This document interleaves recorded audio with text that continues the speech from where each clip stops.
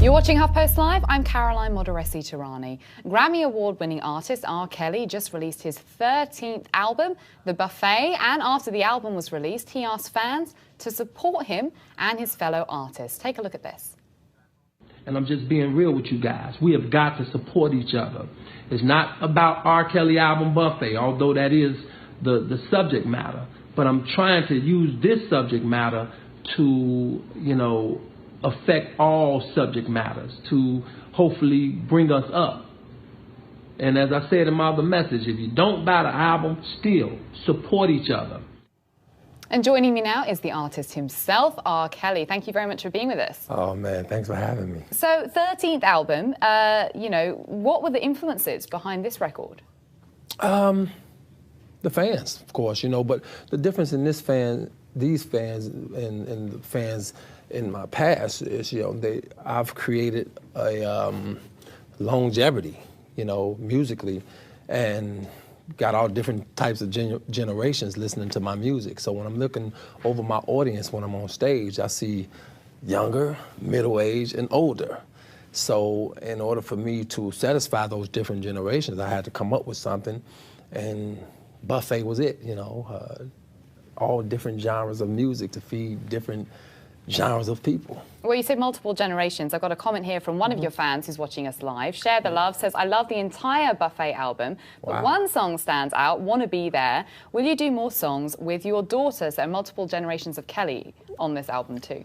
Well, I don't push my kids any way, but she's definitely been bitten by the music, and she's got the bug. And especially being in the studio with me and me being able to show her for the first time little tricks you can do in the studio to cut through time-wise and saving a lot of time, and little tricks to do with your voice and how to bring your voice out and things like that. She definitely want to get back in the studio, so I'm looking forward to doing whatever she wants to do in that studio. Is it difficult as a dad being in the studio with, your kid? Do you treat her differently than you would, say, another collaborator? No, and that's just the thing. I'm such a perfectionist, man. I treat her the same as I treat anybody else. Oh, you gonna hit this note. You gonna get this right, because my name is on this thing as well. So, I'm very hard in the studio, but at the end of the day, you're gonna have something that, people are gonna feel, and they're gonna remember it for the rest of their lives. Well, I got another fan question. Yolanda, who's watching, says, what's your formula for hit making? Since the early 1990s, you've been able to continuously make relevant music, unlike other R&B artists who have not been able to change with the times. What is your secret? Just being very observant. I'm very observant of people, and my mom always taught me, don't write songs, write life, and the only way you're going to write life is that you be very observant of people and always paying attention to people and the needs of people and what they're talking about these days, and and then kind of like channeling that into your gift, which is my music. So, and I believe that as long as I continue to be observant of people and do that, I'll be all right. So you obviously are observant of people in the sense that, you're interacting with your fans very much on social media. You put that video out on Facebook. What prompted you to put the video out? Well, because it was true. I felt there was something that needed to be said, and nobody was saying it. And sometimes you have to step out a little bit out of what you normally do to reach the people. And I knew I had put a great deal of effort and my all into this project, The Buffet. But sometimes you could put 1,000,000% into something, but if the support is not there, no matter how great it is, it'll miss its chance of being something great and known to be something great and go down in history. So I'm just trying to secure the legacy of this album, the history of this album, by telling people, hey, look, go out and support it. No different than any commercial. When they put a burger on, they really want you to go get that burger, you know what I'm saying, because the burger's good, So that's pretty much how I am, and that's what I meant to do by saying support each other. So it's interesting because, this album, you're writing, I guess, asking for that support in the sense that album sales-wise, it's not been selling as well as Black Panties. Why do you think that is? Well, as we look around, first of all, lack of support. Second of all, you look around with the computers and everything, I believe that every album I've done, also a lot of albums that other artists has done have soul, like in the hood and streetwise, you know. But it's because people can get on computer and download anything they want nowadays. They don't have to run out to the store and buy the album. You know, can just get on the computer, download it, or get it however they can get it. And that's what's going on today more than ever. And as the time goes on, it's going to be even more. You know, and you're going to be even more able to do those things, and then that's going to hurt the artists, me and a lot of artists out there. So you're saying that, you know, people should support you, should go out, buy the record. Why do you think people aren't? Well, as I said before, I think that people are more caught up into they have the computers and everything like that, and they can go on the computer, go online and download songs, and it's just not me. It's not that they're just not supporting. They're supporting me, but I don't think they're paying more attention to the support in the area of, okay, I'm going to buy this rather than get. Because naturally, if you can get something free, you're going to get it for free. And I'm not going to even lie. Somebody can give me a T-shirt, I'll take the T-shirt for free if it's a nice T-shirt and if it's my size, you know. It's pretty much like that, unfortunately, with these albums and this music that's coming out. It's so easy to get to without even having to go to the store and buy it. So, you know. So some people say... It wasn't like that before when the album was double, triple platinum in a week or within a month or whatever. It wasn't like that before, so now that it's like that. So some people say that they're conflicted, that they want to support the music because they think musically you are a genius, but they can't support you. So this is one tweet of many tweets. So Vante Culpepper says, would I let R. Kelly babysit my daughters? Fuck no. Would I play his music at a family party? You're goddamn right.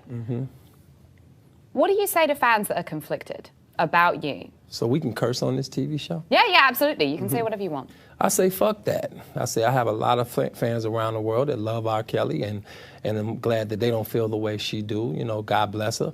But you can't satisfy everybody, and you're not going to always have everybody to hold you down, you know. But when I go to my concerts, which I've been selling out concerts, I've just gotten off a tour, finna do another buffet tour. And I really do believe it's going to sell out, and we're going to have a lot of fun. And I'm just glad to know that everybody doesn't feel the way she does, or, you know, and anybody else that feels like her. You know, God bless those people. So when people think of R. Kelly, right, they don't just think of the music. There are other artists that, you know, when you think of somebody, you think, oh, it's just their music, and you think about their back catalogue, you think about the hits that you love dancing to in the clubs. When you think about R. Kelly, I think people find it very difficult to not think about the multiple lawsuits, the multiple allegations of you having inappropriate relations, sex relations with minors. What do you say to those people who find it conflicting? Well, since you're the one brought it up, I'll just say it to you because I don't hear from anyone else. You know, you hear a few rumors here and there, but as far as from me to you, I would say, again, fuck that. You know, I'm a man that believes what I see. And everywhere I go, from malls to restaurants to tours, sold-out tours, overseas and back, and everywhere I've been, and I'm a man who has been around the world a few times, multiple times, and everywhere I've been, I get nothing but love. Now, unless all of those people are tricking me and acting when they see me come in a concert, and somebody's behind there with a sign and say, okay, everybody scream, we love you.